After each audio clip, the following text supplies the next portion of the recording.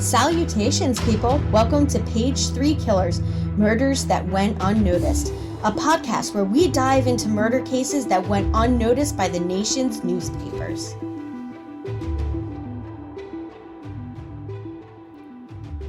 Hello, Shay. Hey, John.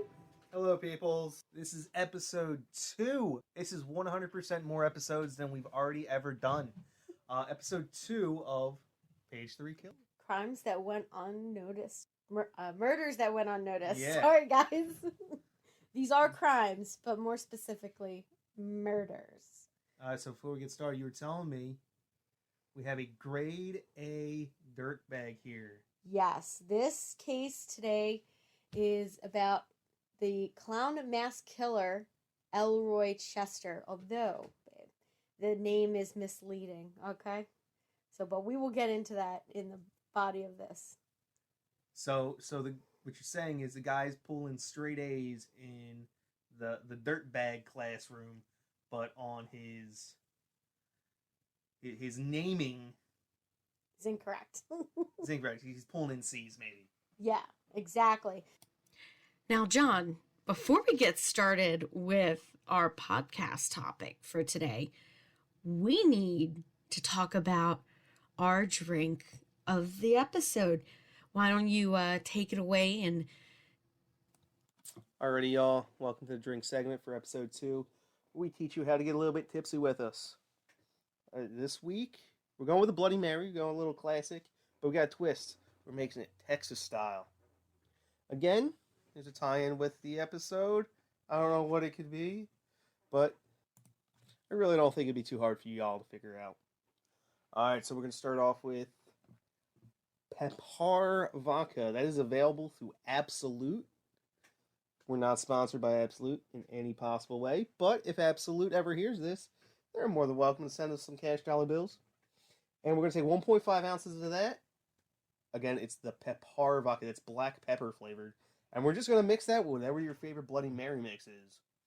And as with the previous episode, we have a way more complicated version where we show you how to make your own Bloody Mary mix from scratch. Or, you can just use V8 if you're really lazy. And, once again, the Patreon page is available for anyone who wants to get a little bit tipsy with us while you listen. Alrighty, folks, that's it for this particular episode. Well, at least the drink section. And we're going to head back to Shay right now. So this guy, he did a lot of stuff. So he started out with robbery, moved up to rape, and then murder. So his cases, the total number of cases is numerous in this. We have at least 5 murders to get through tonight. And I believe there was around 20 robberies that he committed in the course of this spree that lasted 5 months. That's a lot. 5 or 6 months. That's one murder a month. That's yeah, it sounds like a grade A dirtbag to me. Yep. So let's get started. Because I got a lot of information to go through today. You mean get started with the drink section? Alright, so I think we need to start investing in some stock music for that transition. Because I'm not exactly the best singer in the world. Oh, I don't think you're too bad, babe. You've done a lovely rendition of, what's that song? Skull Full of Maggots for me? Yeah, sure. All right, guys. So we're gonna start off. So this series of crimes takes place in the summer of 1997, into the winter of or fall of 1998. I thought you said 5 months. Yeah. So it's over like a 6 month period. So the winter into the spring. Yeah. Winter into the spring. At this time in the world, we had a lot going on. You had, in August 31st, you have the death of Princess Diana, followed by a series of kind of important events. So here's just a couple. The Iraqi disarmament crisis happened. Titanic was released, and it became the highest grossing film of all time. In Japan, they had around 700 kids suffer an epileptic attack due to an episode of Pokemon. Yeah, that's going to capture the headline. Then you have naughty Bill Clinton with The Monica Lewinsky. Yes, the Monica Lewinsky, the Drudge Report breaks the news and basically steals headlines for like the month of January. And for the next 20 years, basically defines the Drudge Report. This is how the Drudge Report essentially gets started. Then you also have, oh my god, the thing that I hate the most. A study led by Andrew Wakefield is published in the Lancet suggesting the alleged link between the MMR vaccine and autism, kickstarting the anti-vax movement. Oh my goodness. Well, like between Princess Di and the anti-vax movement, that's like every middle-aged mom of a 3-year-old in America and England. Yep. So you can see why this... Nobody cares about some dude down in Texas with a face mask on. Absolutely. But also, on the seedier side of 1997 and 1998, we do have a couple of big stories that capture the eyes of all Americans.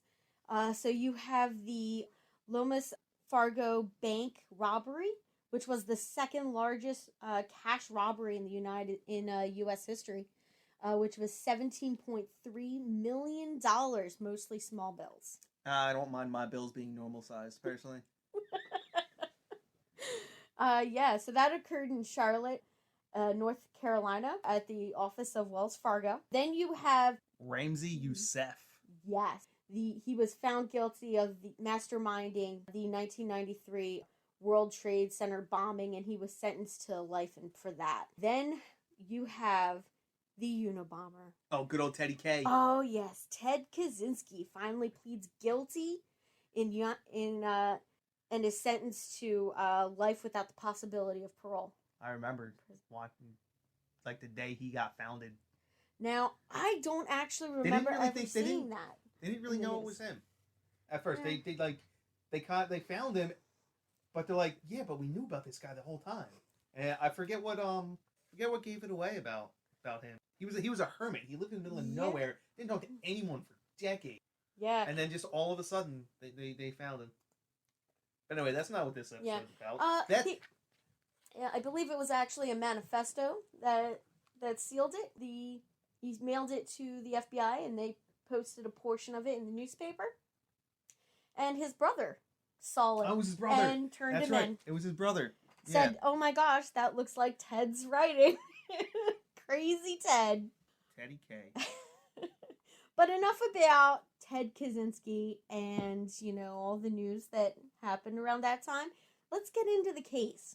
Today's case, I swear to you, is one of the most bizarre series of crimes that I've ever heard about. It's a series of rapes, murders, and robberies with a twist. With a twist? Yes, with a twist. Like a twist of lemon?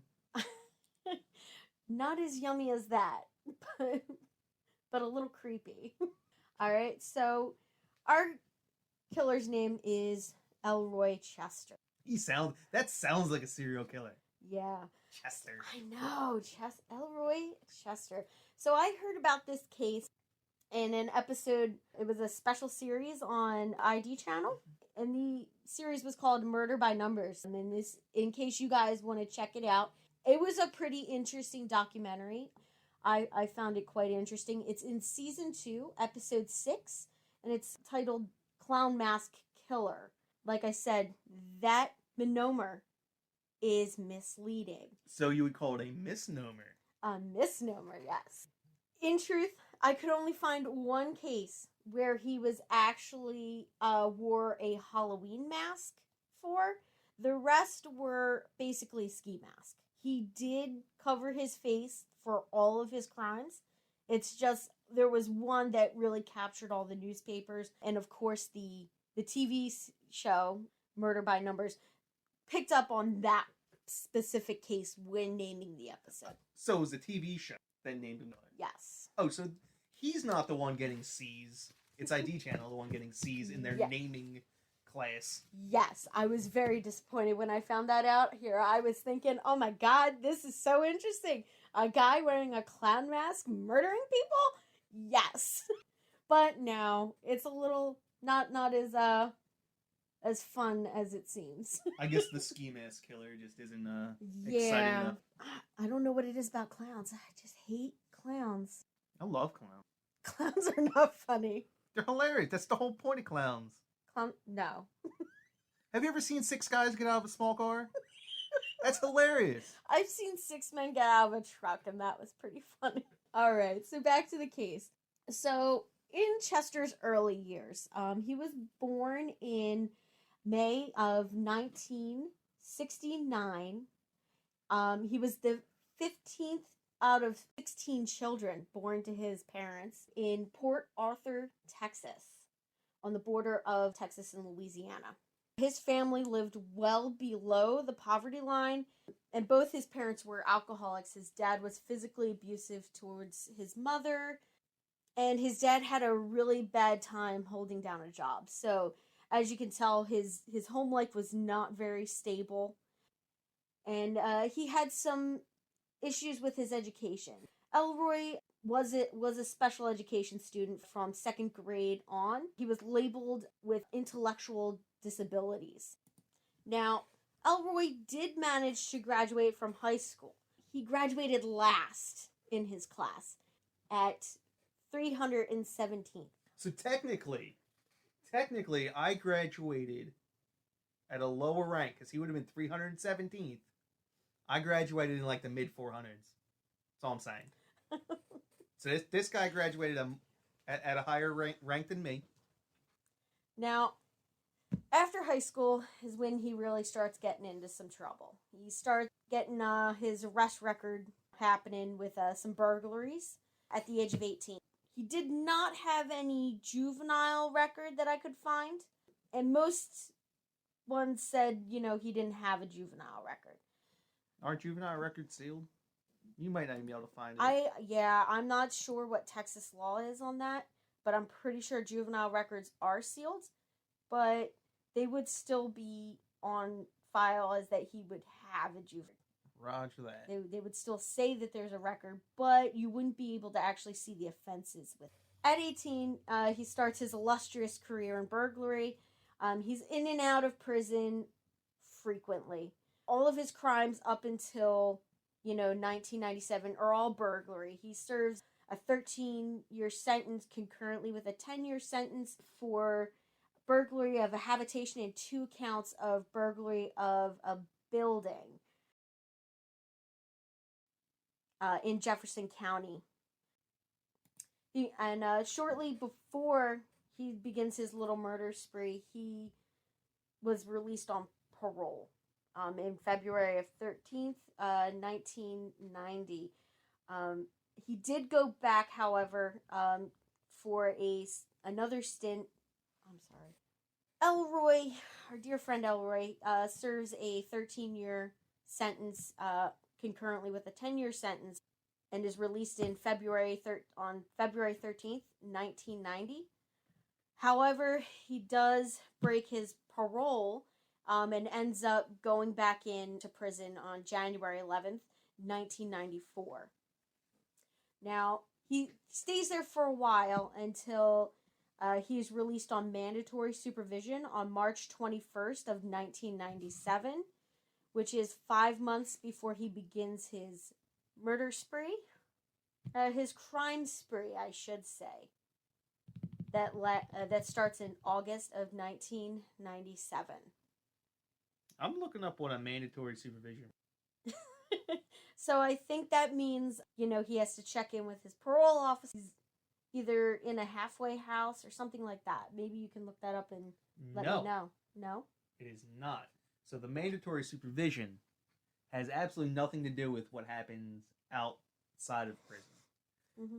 It's mandatory because he has accumulated enough good conduct while in jail that he has to be released early.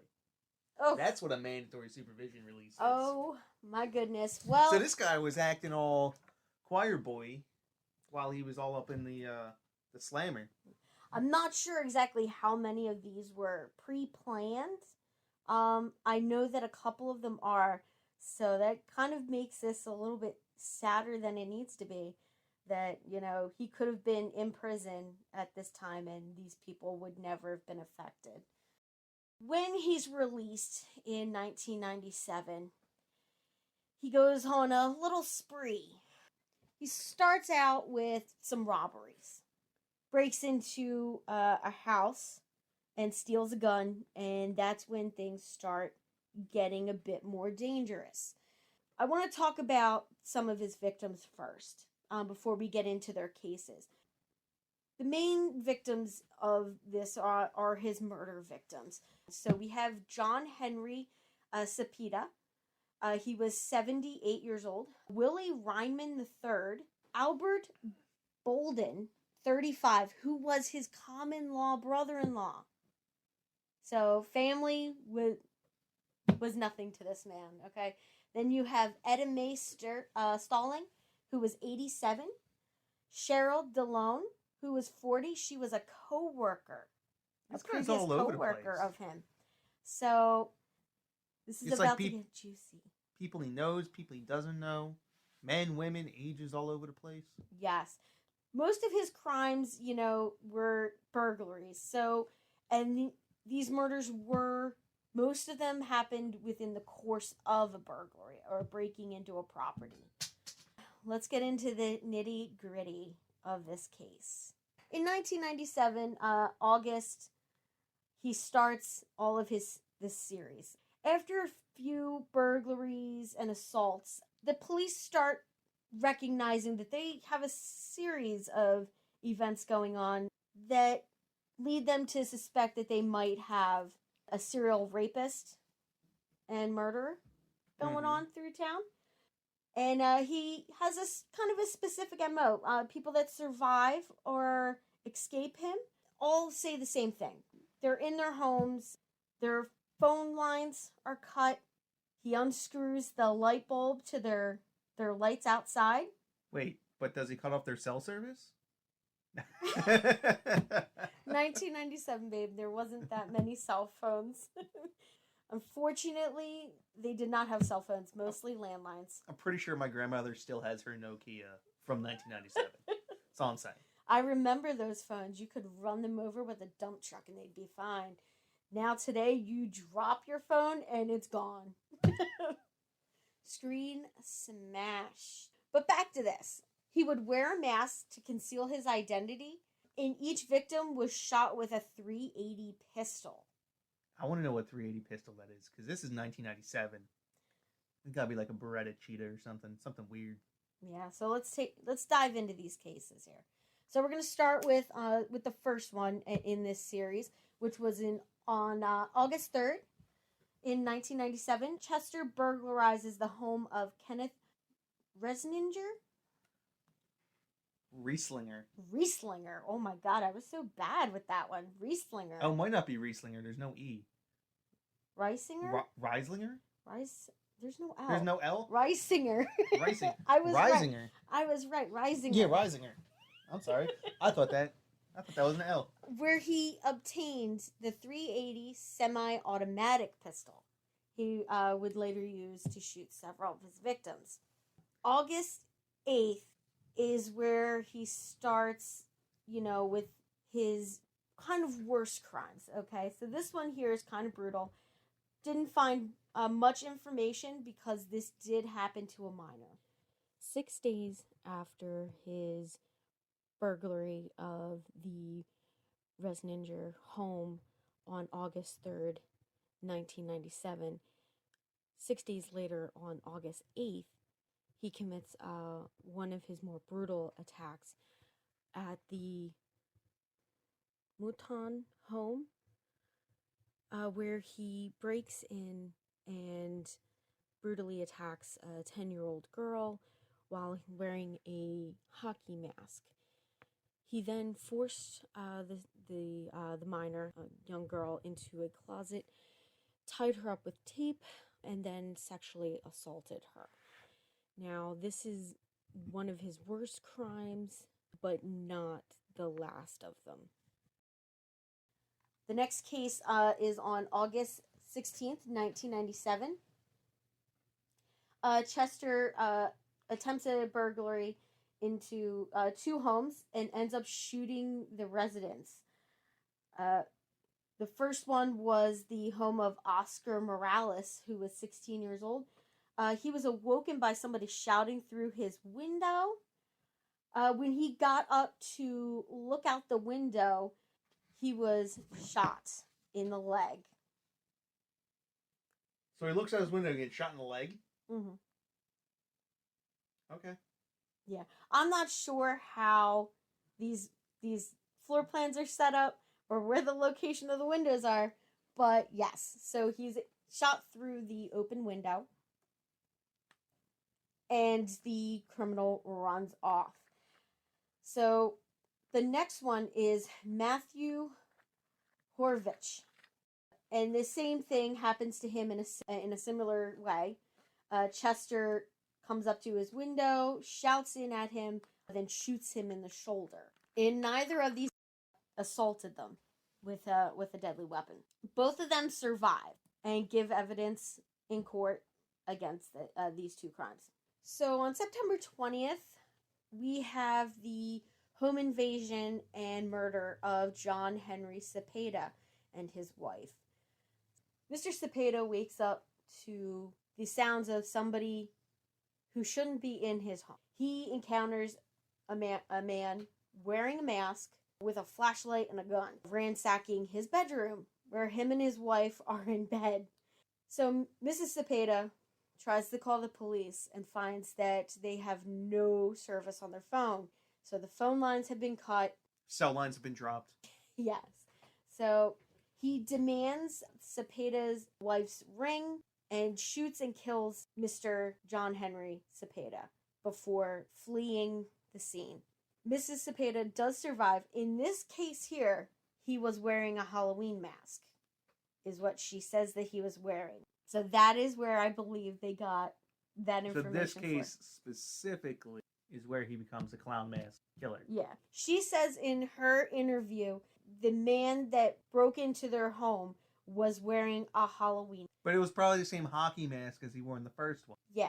Because that's literally from the movie Halloween. So this man may have never worn a clown mask in his entire life. And he is the clown mask killer. Like I said, ID channel took liberties. What was the name of the guys? The Water Bandits? Yeah, the Water Bandits. Those yes, guys had a better naming. Yeah, from Home Alone. Those guys were more appropriately named. No, it wasn't the Water Bandits. I need to look this up again. I'm going to get back to you. Go to the next. I'll go to the next one. Go to the next one. Where he's probably wearing the same mask he wore in the other ones, but, you know. So now we have, it's November 15th of 1997. And he now burglarizes the home of Etna Stallings. So Chester, for this crime, wears a ski mask, carries his gun and flashlight as usual, continues on with his MO of cutting the phone lines, breaking the outside lights or untwisting the bulbs so that they no longer light. As he did in the Cepeda case, he attempted to burglarize the home while Stalling and her husband were asleep. She wakes up, pulled a gun out of her dresser drawer, and he shot her to death before she could pull the trigger. The police speculated that she kind of froze up and was too scared, and he took the opportunity to end her life. He then took whatever he could carry, as well as Stallings' gun, and stashes it in a nearby vacant house before returning to collect it. We're only like a month into this. How are people just... Oh, that was a pretty big gap there. Yeah, you got August 16th. That was over a month in between those two. The September 20th to November 15th. So there's another big gap. He does have some cooling off period in between his cases. So you see, in August he had, a couple of crimes that he committed. I believe that in between August 16th and September 20th, he had committed just burglaries, and the same thing between the 20th and the 15th of November. He just had burglaries only. And Probably these just breaking into cases cars were and- just, you know, Yeah. because these are kind of, you know, more serious than a burglary, especially if nobody is home at the time. These cases, somebody was home. On November 20th, you have the murder of Cheryl DeLone. Chester knew Cheryl. He worked with her at a local Libby's restaurant for 11 months back in 1992. He admitted when he was arrested that he did sexually harass her quite often and that she would complain to the boss, and that, you know, there was several complaints on file with his previous employer. No, not Chester. Chester would never do anything. I told you, he's a shitbag. Not a good person. So she still worked at Lubby's. Libby's? Libby's? Lubby's? Is it Lubby's? I It's think probably Lubby's. Lubby's. It's probably from Lubbock, Texas. Yeah, it's Lubby's. Lubby's. And he kind of remembered what time she got off from work. So leads me to think that he might have stalked her a little bit outside of work, you know. He knew that she got off at 8 o'clock. Hold on, in the hold on, evening. hold on. Never work at a Lubby's. They had this guy, and then like 6 years before, they had some guy go and kill 23 of their workers. Oof. You're risking your life working at Lubby's. Yeah. Anyway, back where we're just never work at Lubby's. That's all I'm saying. Cheryl got off of work usually at 8 in the evening. She worked the evening shift at Lubby's, and it was usually dark when she got home. He entered her home after the sun had set so that no one would see him enter her house. In this case, he wore a mask. No article specified what kind. I'm going to assume that he was wearing a ski mask. He carried the gun that he had previously stolen, and he wore gloves. He unscrewed the light bulb in her that illuminated her storage shed and the back door of her house so that he could lay in wait under the cover of darkness for her. He laid down on the ground by the storage shed and waited about 30 to 45 minutes in the dark until Cheryl's car pulled into the driveway. Once Cheryl got out of her car and walked up to her back door, he ran up, grabbed her. There was signs of a struggle. She screamed, and he hit her on the side of her head with the gun. According to Chester, the gun then goes off accidentally. Because that matters at this point. I swear, I didn't kill her. I mean, the other people, okay, yeah. But, her, it was a complete accident, I swear. And then says that the bullet accidentally shot her in the head. I believe him. He then, from there, flees to his father's home where he hides that gun in the attic. I could find no record of him actually stealing anything from this location at all. I believe him. He wasn't there to kill her. Didn't steal anything. All he did was murder her. See, he got scared. Now, this next one is where it gets a little interesting. On December, now it's getting interesting? It gets even more interesting. On December 21st, 1997, we have the murder of Albert Bolden. Now, I told you, this is his common law brother-in-law. So this is a man that's married to his sister. After he's arrested by police, he gives two reasons as to why he murdered Bolden. He said one was that Bolden was beating his sister, and the other was that Bolden had set him up on a date with a woman who turned out to be a transvestite. I mean, how was Bolden to know that? I don't know. I mean, Bolden's married, so he shouldn't know. It was a simple mistake. Well, Man whichever paid with his the case may be, Chester decides he's going to, do a murder. Just a murder. I don't know why this guy's like coming up with all these rationalizations. Like 6 months after he starts a killing spree, he's just like, I'm going to come up with the reasons why I did it. So how Chester pulls off this one is he invites his brother-in-law to commit a burglary with him. Although he has no intention of actually burglarizing any place. He has already decided He's that turned a new leaf. he's going to murder. He's no longer burglarizing anything. Yeah. He's just a murderer nowadays. He's going to murder Albert. So they break into this vacant home in Port Arthur that Chester knew was vacant. And after they make entry, he shoots him after they walk through the door, right in the head, and then he flees the scene with the gun. How many is it? This is the 4th murder. He has already, at this point, murdered Henry John Cepeda, murdered Annetta Stallings, and Cheryl DeLone. Okay, it was just okay. So this is the 4th murder, and we're about to get to the 5th one. This 5th case, which happens on December 21st, just a few days before Christmas, really affects more people than any of the other cases before. So this one is the case where that actually got Chester sentenced to death in Texas. So there's a lot of stuff that leads up to the murder. So let's dive into this one. So on December 21st, so the next case is the one that's really big. This is the one that gets him put into on the evening of February 6th, 1998, Chester breaks into the residence of Kim Ryman DeLone, where her daughter, Erin Ryman, 17 years old, is home with her 1-year-old son, Tony.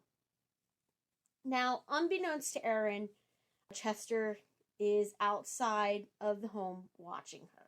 He's a night prowler. So he had his trademark mask. His trademark clown mask that he probably doesn't own. In this one, it's a knitted hat with 2 holes in it. So basically a ski mask. So a clown mask. A ski mask, a pair of gloves, and a gun. And a clown mask. No clown mask. No babe. clown mask? This is killing me. Just a knitted hat, okay? He watches Erin open up a window, the blinds to a window, and it appears that she is home alone. So he walks around the house and cuts the phone line. Can't call it Popo now. Yes. So he then checks the side door, which he finds unlocked. And he is able to make entry into their home. The door opens into the kitchen. So he walks into the kitchen and then into the living room where Erin is. So Chester grabs Erin by the hair and holds the gun to her head and demands money and jewelry. Erin replied that they had a little bit of jewelry in the house, but no money.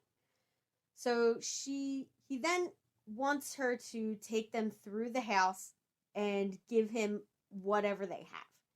So she goes searching through her mother's room, her sister's bedroom, and her bedroom. Chester, all of the jewelry that they have.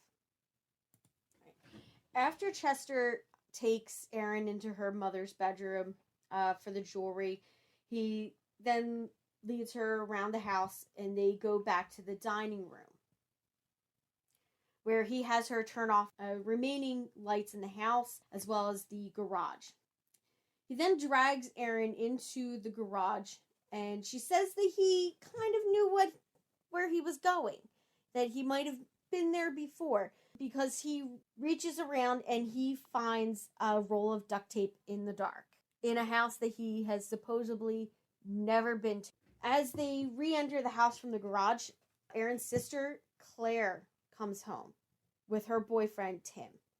They attempt to enter through the side door, but Chester had made Erin lock it, so Claire knocks on it. Chester has Erin go to the door, unlock it. At this time, Claire, Erin's sister, returns home from her date with her boyfriend, Tim. Now, Tim pulled up in the driveway. Claire got out. He walked Claire up to the porch. At this time, Chester has Erin in front of the door. He has the gun to her head, and he forces her to unlock the door to let her sister in. Her sister sees this, and he tells her, "Don't do anything or I'll blow her head off." Lovely ending to a date. So Tim at this time is unaware of what is happening right beyond the door in front of Claire. Oh, so for him, it could have been a lovely ending to a date. It could have been, yes, but it's not. It's not. He doesn't going know to that be. yet, though. No. At this point, he doesn't know. Absolutely not. He's going to get lucky. So that's what's going on in his head. he insists that he wants to walk her in. So Claire attempts to get Tim to leave. And Chester gets a little upset. So he tells Tim to come in to the house. Tim's car is outside still running though, and he asks Chester if he can go out and turn it off first. And Chester says, "Okay, sure." But tells him that if he tries anything, that he's going to kill both girls. Tim goes out, turns the ignition of his car off, and goes back inside the house. What a fool. I know, it's kind of stupid. I mean, I would have just started beeping that horn to get anybody's attention, or gotten in and drove away. But true. He has both girls. He has a gun. So it is easier to control multiple people with a weapon. This guy needs to read the book Gift of Fear. It's like rule number 1. If they let you go, just leave. Now, once inside, Chester is still holding Erin by her hair and preventing her from moving very much. And he has the gun pointed at her head. He demands jewelry or money from Claire and Tim. Both say that they have nothing on them. And Tim shows Chester his empty wallet. Claire then takes Chester to the bedroom. And there's no more jewelry left because, he's already walked through the house with Erin and collected everything. When Claire returns with Chester, Chester asks Tim what kind of car he had, and specifically whether it was an automatic or a stick shift. Erin later testified that she presumed from his line of questions that he was thinking of using Tim's car to escape. Chester then orders Claire and Tim into the bathroom. Once alone with Erin in the dining room, Chester orders her to remove her clothes. Once he has her without clothes on, he duct tapes and blindfolds her. He then calls for Tim to come out of the bathroom. He then orders Tim to strip down and binds him as well. By the wrists and ankles with the duct tape. After that, Chester drags Tim into Erin's bedroom. He returns to the dining room and orders Claire to come out of the bathroom. Claire follows, removes her clothes, and complies with Chester. He blindfolds her with duct tape and seats her on the floor next to Erin. Erin then removes the tape over her eyes enough to see Chester unzip his pants. Now, I don't want to go too far into the details, but with both girls restrained on the kitchen floor, he then sexually assaults them. So, at this time, he's doing his thing with Erin and Claire when a car pulls up outside. Chester hears the car and runs into the kitchen, and while he's dressing himself, and gets to the side door and sees a person approaching the door. This person turns out to be the girl's uncle, Billy Reinman, who is a decorated Port Arthur firefighter. He's also Kim Reinman's brother. So Billy had come to check on the girls because he knew that their mother was out of town for work. Billy let himself in, And upon entering the residence, Billy Reinman is shot by Elroy Chester. Billy fell to the ground immediately, and Chester dragged his body into the kitchen, where he eventually died of his wounds. Chester then ran out of the house, and at this time that Chester is leaving the house, Claire gets up and runs to the door and locks it, preventing Chester from coming back into the house, which is very smart. It might be the first intelligent thing anyone's done in this entire situation. Yeah. So we have Billy's girlfriend, Marcita Sharp, who is waiting outside in Billy's truck in the driveway. Marcita heard the gunshot that hit Billy, and thought it was maybe a car backfiring. I personally don't understand how anybody can mistake the backfire of a car for a gunshot. To me, they sound completely different. Yeah. Especially at as close of a range as this seems to be. And then you just see some random man in a mask, like some random man, run out of the house. In Texas, where a mask In Texas. is... In the middle of the summer, in Texas, where a mask would be completely inappropriate. Yeah. Well, this case here is Oh, no, this is November. in We're getting February. late. We're already to February. Okay. Yeah, this is the last one in his spree. This is what gets him caught. Is this case here? True, they were on. See, he left a survivor. Yes, that's the problem. Marcita gets out of the truck, sees Chester approaching, and gets back in, locks the car door. Chester sees this and pulls out his gun and tried to shoot out the lock on the car door. That's not how that works. Yeah. He then noticed that the driver's side door is unlocked. Before he can get into the truck, Marcita locks the door. So he tries to shoot the lock on the door 2 more times, but he is unable to open up the truck door. Marcita says he then takes a step back from the truck and shoots at the window of the driver's side door twice. None of the gunshots hit Marcita. Seeing that he's not going to be able to get into this truck, he decides to flee. So he runs. My guess is that he runs back to his dad's, which is where he's eventually arrested. So when he's arrested on February 8th, the police pick him up. He's in custody. He is asked to provide a blood sample, which he provides to the investigators. The main investigator being Timothy Smith, who was also the officer who interrogated Elroy. We keep not saying his first name. Yeah, I thought his name was Chester almost this entire time, and I was like, wait, that's his last name. My boy Elroy from the Jetsons.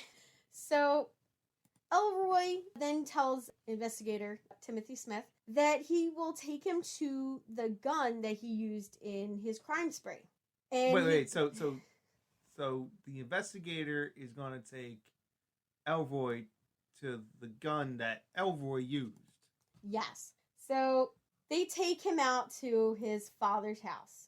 So there's a couple of cops there, district attorney, a whole bunch of people are there for this. So they get to Chester's father's house, and Chester is attempting to sort of walk ahead of them, to get there first.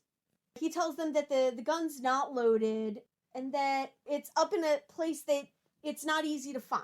So they tell him, okay, tell us where it's at. So he walks into his bedroom and walks over near his bed and drags a nightstand into position directly underneath a hole in the ceiling. He begins to start climbing on top of the nightstand, and the investigators are not having that. So Reginald Rose, one of the investigators, quickly stops him and tells him not to do that. He has him climb down off of the nightstand, and he gets up on the nightstand and goes into that hole and asks Chester which direction he should look. While Rose is standing up there, Chester is telling him one direction. So Rose checks the opposite direction of what Chester says and finds the 380 pistol. And it is loaded. Yeah, he was going to try and go out. Yeah. Wild guns a blazing. It's a 380. He couldn't have had that many rounds in it. Yeah. It was fully loaded. Yeah, but still. Everything says it was fully loaded. Not exactly sure how many bullets go into a 380. Rocking like a Colt 1903. Yeah, they said it was a semi-automatic. Yeah, there weren't a lot of 380 pistols until like the early 2010, mid 2000. 380 is kind of it's a European round, really. So, the cops kind of glad that they didn't trust him because he possibly could have taken it out, killed himself, or shot other people and then himself. Because I do not see how he could have made it out at any point. No, maybe he's trying to go suicide by cop. Yeah, probably. So they take him back to the station where he confesses to his crimes. There's a couple of the murders that they didn't know about at the time. He confesses to those, gives them all of the information, the burglaries, everything. They run the ballistics, and the gun matches the Ryman murder plus the 4 others that we discussed. They also link him to 25 other burglaries. How do you link someone to burglaries with a gun? I don't know, maybe he shot it and there was a bullet left there. Nah, whatever, I don't know. Yeah, I wasn't there. I mean, a couple of those burglaries were assaults, so where he did shoot people. And then they have the DNA evidence of all of the rapes that he committed. One of the police officers, I read a quote from him. It was Mark Blanton. He said, "In my 37 years as a policeman, I have never met a man so evil in my life." Which I think really sums this guy up. Yeah, he's, like you said, grade A dirtbag. But we're not done. Now we're going to move into the trial phase of this case. So the only case that he's ever actually brought up on charges with is the Ryman murder of Willie Ryman. Of which he did not have a clown mask for. No, he did not have a clown mask. In court, Elroy basically pleads guilty, okay? So this isn't like a normal trial. In Texas, when you plead guilty in a capital murder case, you basically don't have a full trial.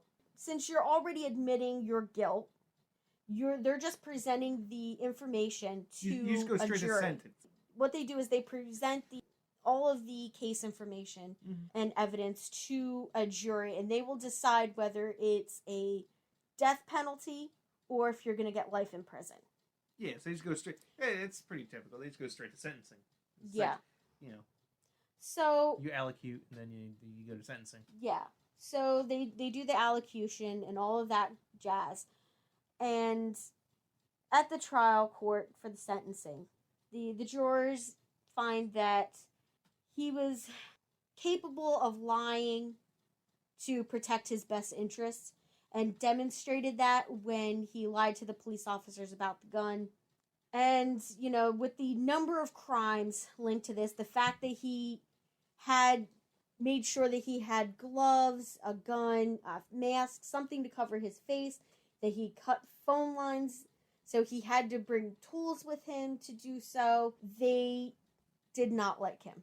So they think they believe 100% that he's not just saying what is it? He's not just admitting guilt just to avoid other things, right?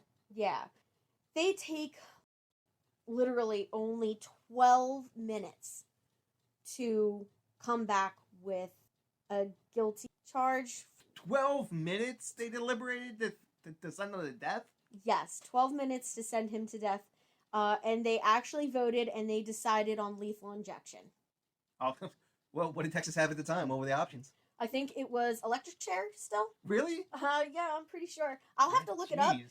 But I'm pretty sure that they might have ended Death by Shooting Squad in the 70s. It's Texas. They They- still hang you. I think they still Yeah. hang you in Texas. Oh my goodness.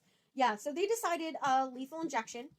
And Chester's law team is not very happy with this. They believe that Chester is mentally disabled, that his IQ renders him below the threshold for execution. In 2002, That's a bold claim considering what he just did. yes, I mean, he was fully capable of planning out and executing a murder and assaults that he planned ahead of time. All right. And he had knowledge to prevent evidence from happening. He made sure that nobody would be able to identify him, concealing his face. So after he's convicted, his team decides that they're going to file an appeal on that sentence for mental reasons. True, I did read that his IQ came back at 70, which is just the right number to be eligible for execution in Texas. And in 2002, the Supreme Court rules that mentally deficient people could not be executed. And Chester's case was one of the Texas death row inmates who they thought might benefit from this change in law. So they apply for a couple of appeals, most of which get shut down. One, Judge Womack, who is the 252nd Judicial Court Judge of Jefferson County, penned his opinion in 2007 that he believed Chester's low-performing scores did not affect the ruling, that, you know, he was competent to stand trial and that he was not mentally deficient. And he argues that Chester was in control of his actions and is quoted as saying, "In all of the crimes, he acted independently of others instead of being led around. The court found that the specifics of the various crimes to which Chester confessed included the use of masks, gloves, his practice of cutting exterior phone lines before entering homes to burglarize, and his deliberate targeting of victims showed persuasively that the defendant was capable of forethought, planning, and complex execution of process." So basically, he says that he's not eligible for this new law that was passed in 2002, preventing Texas from executing mentally deficient people, because he had enough knowledge and skills to get away with his crimes for as long as he did. That tells you something about how harsh Texas. Up until 2002, they would still executing mentally deficient people. That's crazy. Oh, by the way, New Hampshire is the only state in the union in which you can still be hanged. Thousands. So don't mess up in New Hampshire. In 2007, his petition for appeal is denied. So there's quite a few appeals that I saw on here. And those appeals were further denied on June 5th, and then again on the April 28th of 2008. His final appeal is filed on December 30th, 2011, and it is denied in October of 2012, on October 29th. On December 11th, 2012, the Criminal District Court of Jefferson County, Texas, sets Chester's execution for April 24th, 2013, which is extended out on April 15th to June 12th, 2013. On the 4th of June, Chester files 3 motions with the United States Court of Appeals.